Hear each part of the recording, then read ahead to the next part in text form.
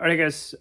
Tonight I got a little bit of an oddball video. I apologize. Sometimes this just happens, right? I try to trade for stuff when I can, and sometimes I get stuff that is worth showing you, but not necessarily the most straightforward. So this is a Mayflower or Velocity Systems plate carrier, but it's a mashup. So it's got the LEPC front plate bag, and then the APC rear bag, which if you're looking at slick plate carriers, this is kind of the ideal setup, in my opinion.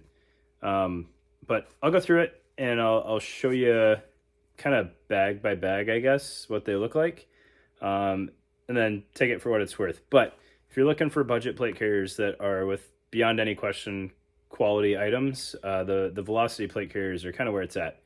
And if you hit them up on eBay, there's always something in your size available. It just depends on what exact configuration you want. Velocity has done just about every mix and match that you can imagine, so it can be a little daunting if you're looking for a specific one. But if you're flexible, check it out for sure. eBay, used condition, Velocity. That's kind of the way to go. All right, let's get it on the table and take a look at it.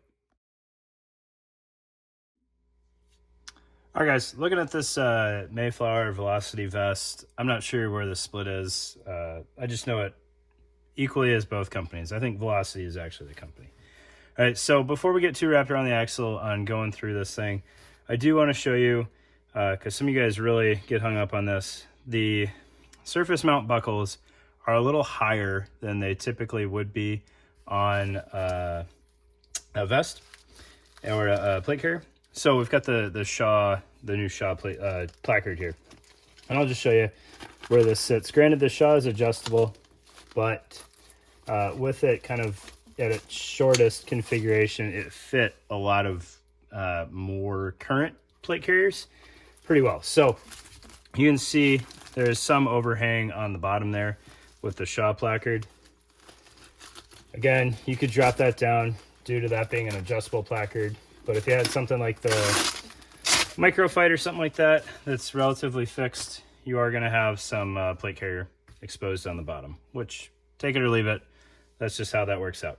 Okay, I did try this head-on placard on here, and it was very similar. It had about an inch of overhang. All right, so whatever, that's just kind of a thing. Okay, all right, as we go into this thing, so like I already said, it's got the fixed surface mount buckles there. This front plate bag, I have the P210 in here just to keep it kind of rigid. It's got a little bit of play, but I'm not too worried about it, and I'll show you why on the back plate. All right, I think this is cut just a little bit more generously than the APC, so it is a thing just to be aware of. All right, up top you've got a admin pocket here, which is closed by an inch of Velcro. And then you've got some elastic webbing in there to help organize stuff, keep stuff standing upright. And that goes down as deep as this Velcro sewn across here. So it's a fairly hardy admin pocket. It's very wide though. So if you had notepads or something like that, this would be a great option for that, as it would fit in there pretty well. You could even toss a whole phone in there sideways and it would work out pretty well. All right, pulling the cummerbund out of the way here. I noticed there was a little bit of bulk here and it kind of caught me off guard. So there's a kangaroo pocket behind the kind of cummerbund Velcro there, which has a little bit of Velcro in it. So it's got loop on the body side, hook facing away.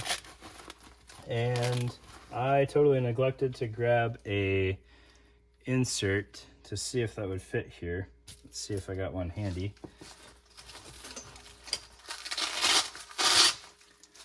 I do.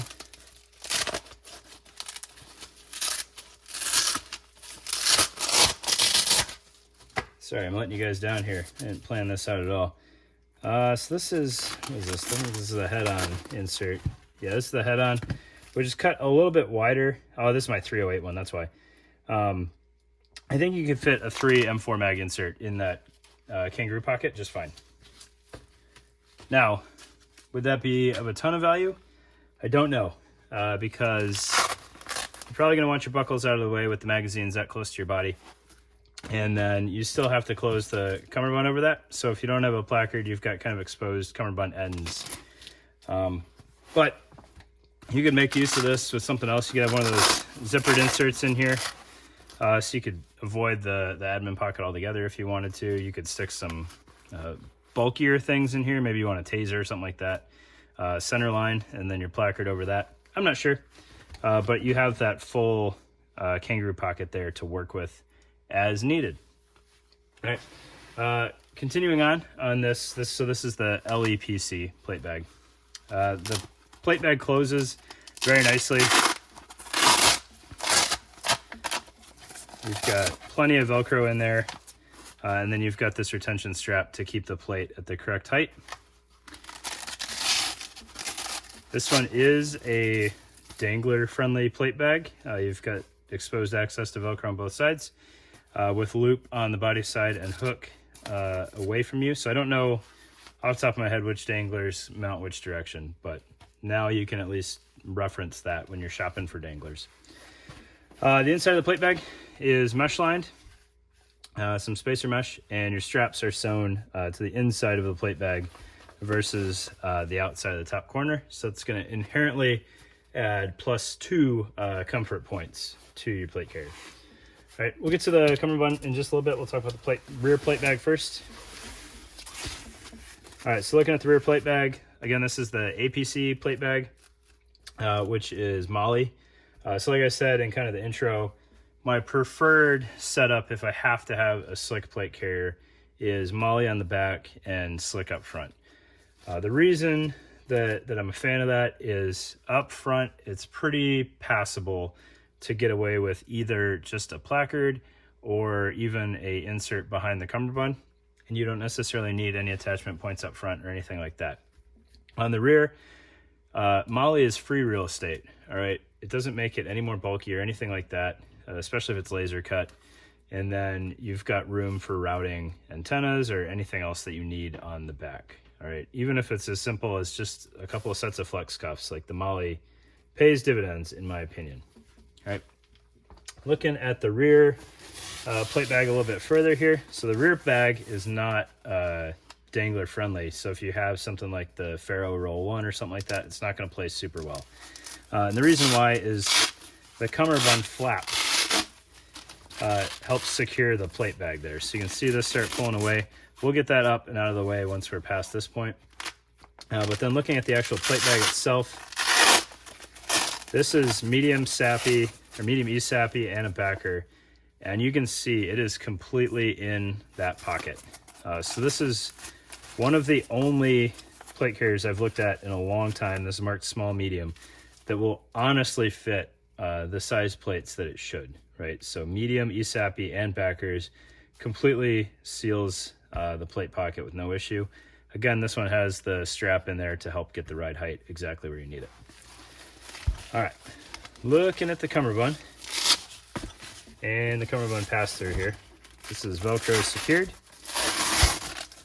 all the way up. I think I saw, oh no, that's just sewn to it. Okay, so in the back, you've got some one wrap ends on the cummerbund. So you've got a good bit of adjustment there.